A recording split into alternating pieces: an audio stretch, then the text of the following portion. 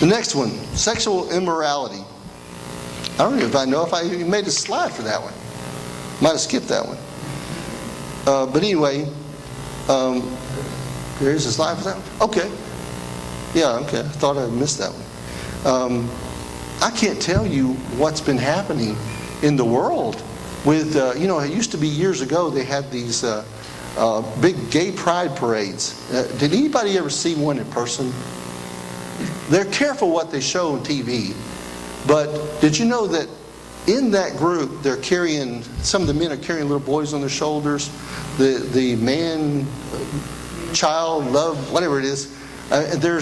There's a lot of things in those groups that people don't realize. They don't try to show it on TV because they don't want you to know the depth of what's following behind it.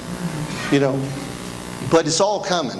In fact, people are coming out all over the world, marrying the animals. I saw a big article, this girl, this teenager, is going to marry her father. I mean, boldly saying it. But nobody challenging these things. It's just the amount of sexual immorality has gotten so outlandish, and it's coming in the church, and it's in the church. There are people, we have known people that were youth leaders that were living together. Youth leaders for the church. Okay? We've known people, we knew a lady that was an outstanding piano player. Her boyfriend was in jail, he got out of jail, and they're living together. And no one's challenging that. I'm just saying, the Bible has a lot to say about that. It says, but fornication and all uncleanness and all covetousness, let it not be once named among you as becoming saints. And you know what it says in 1 Corinthians 5:11? And this is a verse, I got a list of verses in the Bible that people don't want to follow at all. I got a whole list of them. One day I'll print them or something, but this is one of them. But now I have written unto you not to keep company, if any man that is called a brother be a fornicator or covetous or an adulterer or a railer or a drunkard or extortioner, with such a one not to even eat. That's one of the scriptures that we like to completely ignore in the church. And God has it in there for a reason. He's not trying to push those people out. He's trying to bring them to their senses. That's what he's trying to do. He's trying to use us to do it. But we can't turn a blind eye to and let sin just come rampant in the church. But it's happening. Okay, tempting Christ, the next one. It says in the Bible that they chided or they complained with Moses.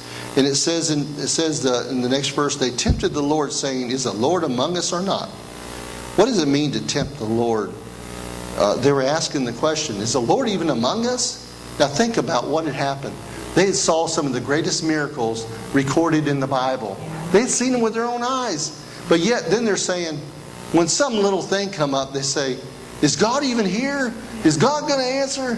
Think about that attitude. That was upsetting God. God didn't like that.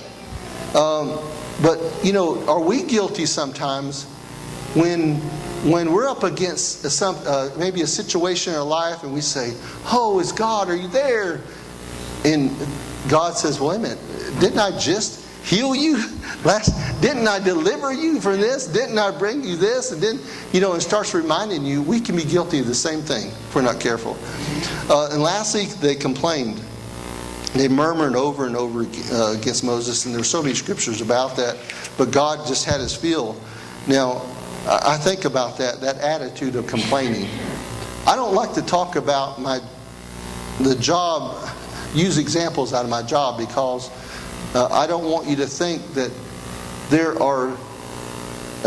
so many good people that need help with the veterans and widows. I have some widows making $184 a month. That's all they're living off of.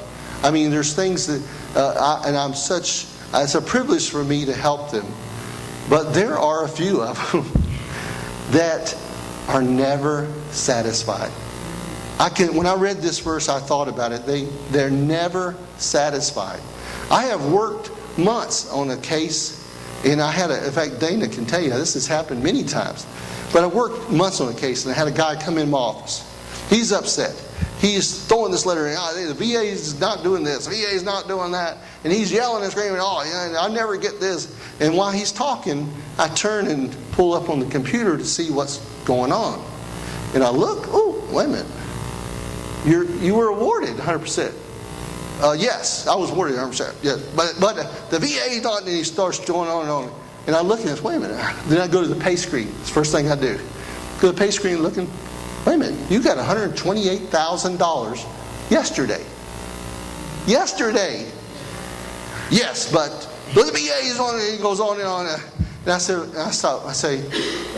but you got $128,000 yesterday. Yes, but the VA goes on and on. But you got $128,000 yesterday. Yesterday.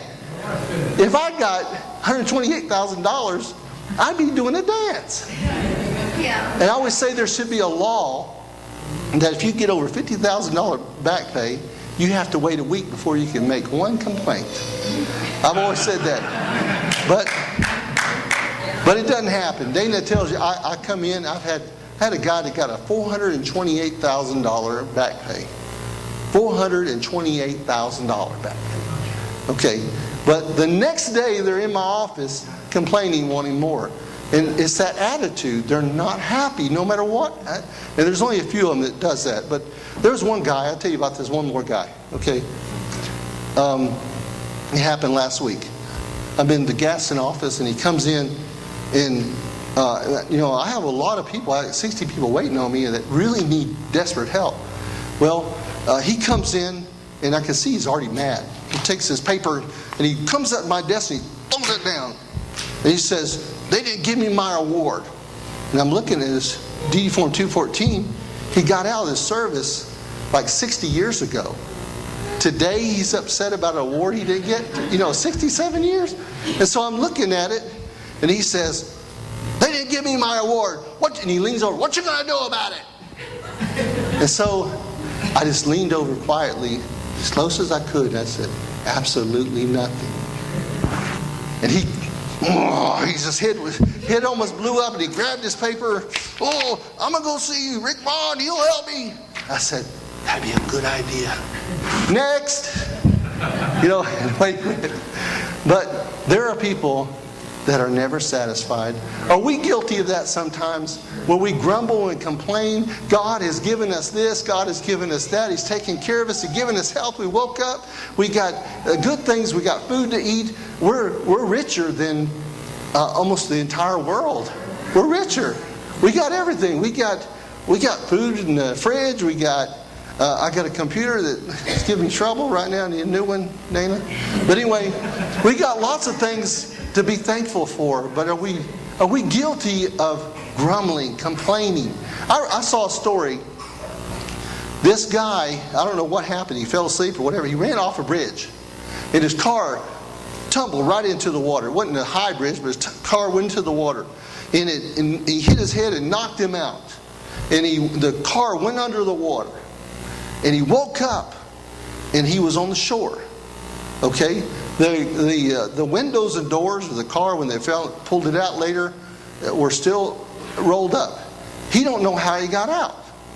So they went to do a interview, and I was really interested in saying, well, wow, that's a miracle. In fact, the reporter was the one trying to say, hey, how did that happen? How'd you get out? I don't know. Don't you think that was a miracle? Yeah. But then the next 10 minutes he spent complaining about what he lost. His car, I had my phone was in there and this and that. And I'm thinking, but it was a miracle. God